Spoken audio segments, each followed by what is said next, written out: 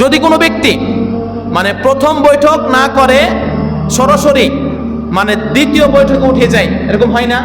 4 রাকাত নামাজ আপনি পড়তেছেন, সুন্নাত নামাজ পড়তেছেন, দেখা যাচ্ছে যে 2 রাকাত পরে যে বৈঠক করতে হয় এই বৈঠকটা করতে পারলেন না, সরাসরি ভাবে উঠে গেলেন, সরাসরি ভাবে দাঁড়িয়ে গেছেন।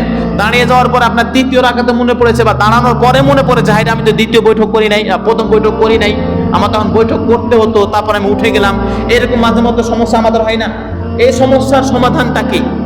শেষ বৈঠকের বেলায় যদি আখেরি বৈঠক না হয়, চতুর্থ রাকাতে নামাজ সিজদা দিলে কাজ হবে না। তারপরে মানে আরেকটি মাসালা হলো,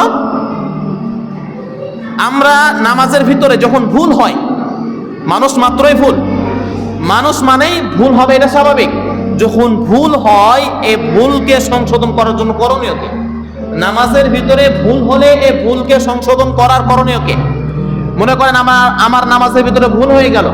ভুল আছে 2 ধরনের, 3টি রুকন আছে নামাজের ভিতরে: সুন্নাত, ওয়াজিব, ফরজ। সুন্নাত, ওয়াজিব, ফরজ। যদি আপনার সুন্নাত তরক হয় তাহলে সিজদায়ে সাহু দ্বারা সেটা মানে পূরণ করা সম্ভব। ওয়াজিব তরক হয়েছে সেটাও সিজদায়ে সাহু দ্বারা পরিপূর্ণ করা সম্ভব।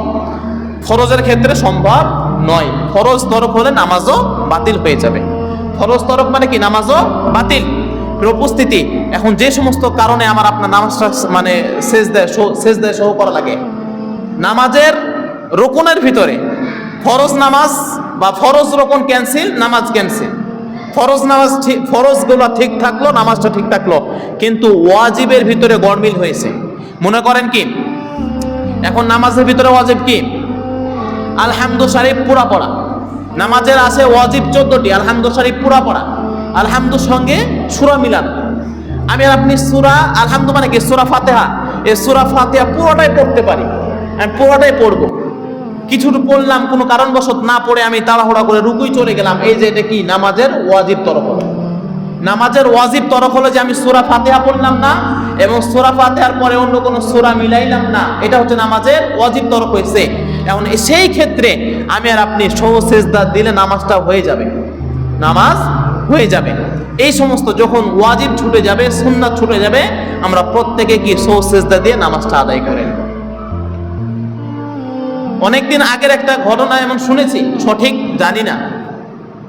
একজন ইমাম নামাজ পড়াইতেন, তো সেই অনেকে এখন ইমাম আছে না যে পারদর্শী, তেমন পারদর্শী না, কোরআন হাদিস তেমন বুঝে না, কোনো মতে আগে আরবি শিখেছে, পড়তে পারে, 2-4টা সূরা কেরাত জানে, এখন সেই ইমামতি এভাবে করতে লাগছে। তো সে একটা মাসালা শুনতে পেয়েছে যে নামাজের ভিতরে কোনো ত্রুটি হলে সাহু সিজদা দিলে নামাজ হয়ে যায়। সাহু সিজদা দিলে কি হয়ে যায়? নামাজ হয়ে যায়। তখন একদিন সেই ব্যক্তি নামাজ পড়াইতেছে, নামাজের ভিতরে কোনো ত্রুটি হয় নাই, 4 রাকাতই নামাজ পড়াইছে। হঠাৎ করে নামাজের মাঝে এক সময়তে যে সে বায়ু ছাড়ছে, বায়ু ছাড়ার কারণে তার উজু চলে গেছে। এখন তো উজু নাই, সে জানে যে এর কারণে কি হয়, উজু চলে যায়। তখন সেই নামাজ পড়াতেছে, পড়তে পড়তে সালাম সাহু সিজদা দিয়েছে। এখন সাহু সিজদা দেওয়ার পরে বলতেছে যে হুজুর আপনি এতদিন সাহু সিজদা দেন না, আজকে কোনো নামাজের ভিতরে ভুল হয় নাই, কোনো কিছু হয় নাই, সাহু সিজদা দিলেন কেন? তখন সে বলতেছে, কেন আমি জেনেছি যে নামাজের ভিতরে কোনো ভুল হলে মানে সাহু সিজদা দিতে হয়, এই কারণে দিয়েছি। তো কি ভুল হয়েছে? না তো আমার উজু চলে গেছে। আসলে বলেন তো, সাহু সিজদার দ্বারা কি সব নামাজ সব কিছু কি সঠিক হয়? সব কিছুই সঠিক হয় না। আপনার উজু শেষ, নামাজও শেষ। উজু করতে হবে, কিভাবে করে আসবেন সেটা মাসালা আমি সামনে বলতেছি। এক কথা মনে রাখবেন যে সাহু সিজদা দ্বারা কি হয়, শুধুমাত্র যদি ওয়াজিব তরক হয় সে ওয়াজিবের খান্তিটা পুরাই, এবং যদি সুন্নাত তরক হয় সে সুন্নাতের খান্তিটা পুরাই, কিন্তু কোনো ফরজ বা উজু চলে গেছে ওই জিনিসটা পূরণ সাহু সিজদা করতে পারে না। উপস্থিতি, আবার মনে করেন আমরা 4 রাকাত বিশিষ্ট নামাজ পড়তেছি বা 2 বৈঠক আছে এমন নামাজ, মাগরিবের নামাজে 2 বৈঠক আছে 3 রাকাত, বিতের নামাজ 3 রাকাত 2 বৈঠক আছে। এক কথায় 2 বৈঠক করা বিশিষ্ট নামাজে আমি প্রথম বৈঠক করার সময় যদি নিয়ম হলো কি, প্রথম বৈঠক করার সময় নিয়ম হলো যে শুধুমাত্র তাশাহুদ অর্থাৎ আত্তাহিয়াতু লিল্লাহি ওয়াস সালাওয়াতু এই দোয়াটাই পড়া।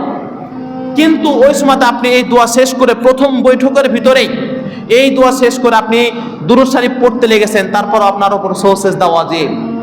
এটা একটা মাসআলা নেন।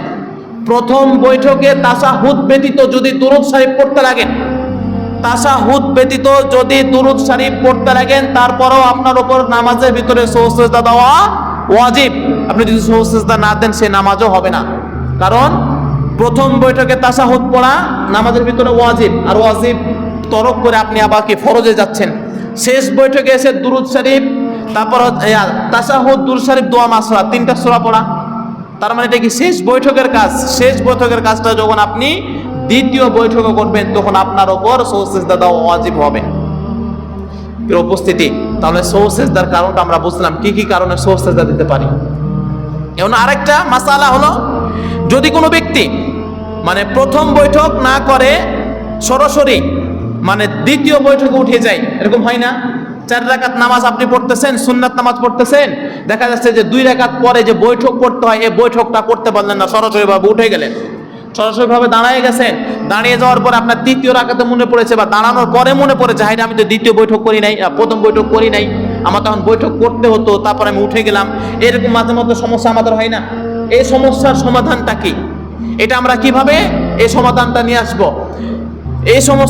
এই সমস্যাটার সমাধান হলো যে আপনি প্রথম বৈঠক করলেন না, 2 রাকাত পড়লেন, বসার জায়গাতে দাঁড়িয়ে গেলেন, দাঁড়িয়ে যাওয়ার বা দাঁড়িয়ে যাইতে যাইতে আপনার মনে পড়েছেন, বসে পড়লেন, বা আপনার দাঁড়িয়ে পরিপূর্ণভাবে দাঁড়িয়ে গেছেন, দাঁড়িয়ে যাওয়ার পর আপনার মনে পড়তেছে কিন্তু আপনি এখনো সিজদা মানে তৃতীয় রাকাতের জন্য মানে সূরা ফাতিহা বা অন্য কোনো সূরা, তৃতীয় রাকাতের সুন্নাতের ক্ষেত্রে অন্য কোনো সূরা পড়া শুরু করেন নাই, শুধুমাত্র দাঁড়াইছেন, স্থির হয়েছেন দাঁড়িয়ে, মানে তৃতীয় রাকাতের জন্য প্রস্তুত হয়েছেন, হঠাৎ মনে পড়েছে, আপনি ওই সময়তে বসে যান।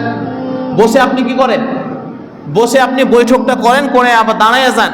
আবার যদি মনে করেন যে আপনি পরিপূর্ণভাবে সব মানে পড়া শুরু করে দিয়েছেন, সেই ক্ষেত্রে ওই বৈঠক বাতিল। ওই বৈঠক কি হয়ে যাবে? বাতিল হয়ে যাবে। চতুর্থ রাকাতে এসে তাশাহুদ পড়ে আপনি সহজ সিজদা যাকে বলে, যেটা কিছুক্ষণ আগে পূর্বে আলোচনা করলাম, যে সহজ সিজদা দিয়ে নামাজটাকে আদায় করবেন। মনে করেন যে আপনি তৃতীয় রাকাত পড়ে বসবেন, সে সুযোগ আপনার নাই। অনেক ব্যক্তি আছে এমন মনে করে যে আমি প্রথম 2 রাকাতের বেলায় পড়তে পারি নাই, আমি তৃতীয় রাকাতের বেলায় এটা করে নেব, তাহলে 2টা বৈঠক আদায় হয়ে গেল। না, আপনার ওই সময় 2টা বৈঠক আদায় করা জরুরি না। আপনার তৃতীয় রাকাতে কোনো বৈঠক নাই, আপনি তৃতীয় রাকাতে যদি বৈঠক আদায় করেন তাহলে আপনার নামাজ বাতিল হয়ে যাবে। আপনার 2 রাকাতের যদি বৈঠক ক্যান্সেল হয়, বাদ হয়ে যায়, তাহলে ওটা বাতিল হয়ে গেল। সহজ সিজদা দ্বারা ঠিক করবেন, সহজ সিজদা দ্বারা সে ঠিক করে নেবেন, কিন্তু তৃতীয় রাকাতে বৈঠক করতে পারবেন না। এখন শেষ বৈঠকের বিধান কি? মনে করেন চতুর্থ রাকাত আমি আদায় করলাম, প্রথম বৈঠক করলাম, চতুর্থ রাকাতের বেলা শেষ বৈঠকের সময় আমি না বৈঠক করে সরাসরি দাঁড়ায় গেলাম পঞ্চম রাকাতের উদ্দেশ্যে। ওই মাসালা একই রকম। পঞ্চম রাকাতে যদি আপনি দাঁড়ায় যান, আপনার মনে পড়ে, আপনি বসে যাবেন, বসে আপনি নামাজ মানে বৈঠক করলেন, তাশাহুদ, দুরূদ শরীফ, দোয়া মাসুরা পড়লেন, পড়ার পরে আপনি সহজ সিজদা দিয়ে নামাজটাকে ঠিক করে নিতে পারবেন। কিন্তু যখন আপনি পঞ্চম রাকাত করে ফেলেছেন, মানে রুকু করে ফেলেছেন, তাহলে আপনার নামাজই বাতিল, পুরা নামাজই বাতিল হয়ে যাবে। কারণ আখেরি বৈঠক করা ফরজ, আখেরি বৈঠক ফরজ, আর ফরজটা তরক হয়েছে, নামাজ বাতিল। তাহলে প্রথম বৈঠকের বেলায় সহজ সিজদা দ্বারা কি হয়ে যাচ্ছে? নামাজটা পরিপূর্ণ হচ্ছে। কিন্তু শেষ বৈঠকের বেলায় যদি আখেরি বৈঠক না হয়, চতুর্থ রাকাতে নামাজ সহজ সিজদা দিলেও কাজ হবে না।